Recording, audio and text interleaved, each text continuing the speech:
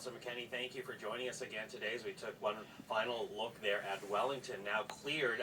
When you compare it to the last 3.5 weeks, how are you feeling on this Sunday?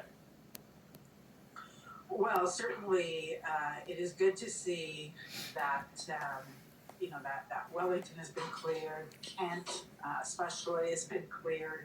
As you know, many people live on Kent. They have those trucks running, often horns blaring right outside of their windows for over 3 weeks. So to see that cleared out, to see the streets quiet in the area, certainly it is letting everyone take a bit of a deep breath, a sigh of relief, if you will.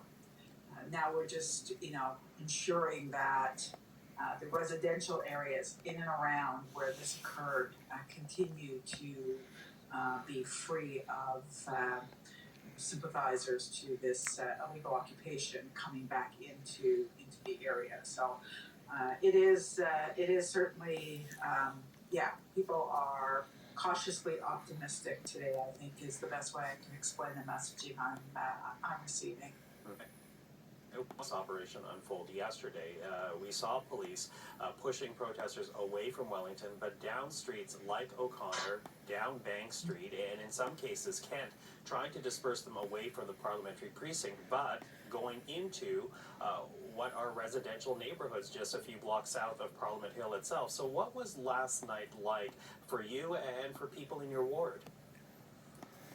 Well, I did certainly worry about that as I saw what the operation was to disperse, but then to send them south on those streets like Canton, O'Connor, Bank, Metcalfe. I was assured that there would be a significant presence, a few blocks south, so that there could be no new, coming together of protesters that were able to take root. So I believe that was successful. Some of the concerns really arose more just outside of the checkpoints in the area known as Chinatown, around Bronson, Somerset, and west a little bit. People trying to get into the secure area, trying to get in to reinforce some of the numbers.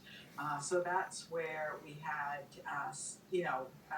people who were just reporting sightings of what certainly looked like sympathizers, the flags and, walking in groups and trying to infiltrate that secure area.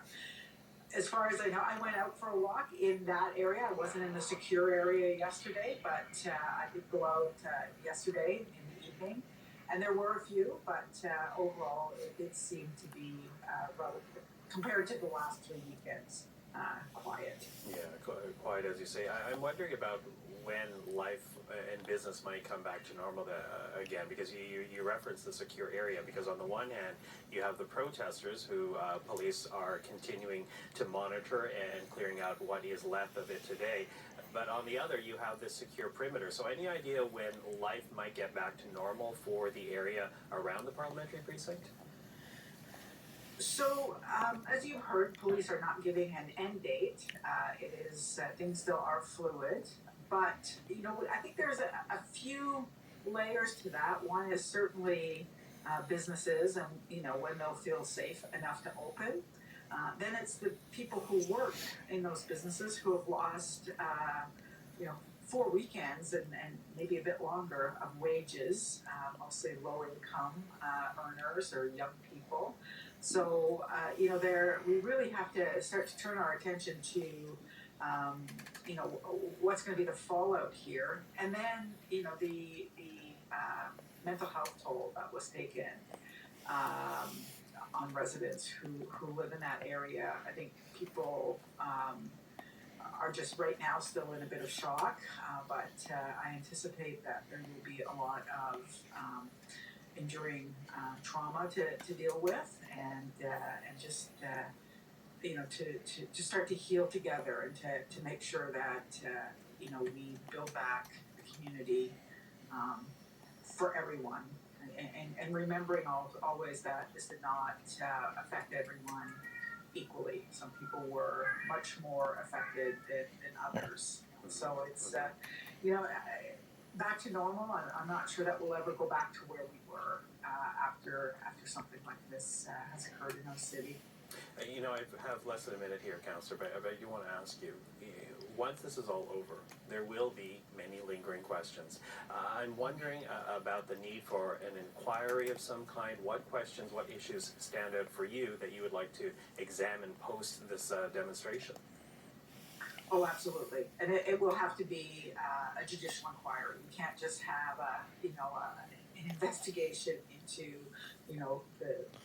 the circumstances around it. We really need to understand how this was allowed to happen, how large trucks were allowed to come into the city, take root.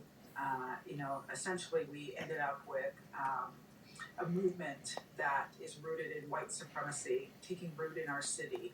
How did that happen? How was it allowed to continue for weeks without any response from the police, federal government, our provincial government, our city government, and why were people never considered? Why was the threat that people who lived there under constant threat just never considered through all of this? There will be a lot of questions to be answered so that we can ensure that it doesn't happen again. But we also have to understand why it happened. Councillor McKenney, thank you for this. Appreciate it. Thank you.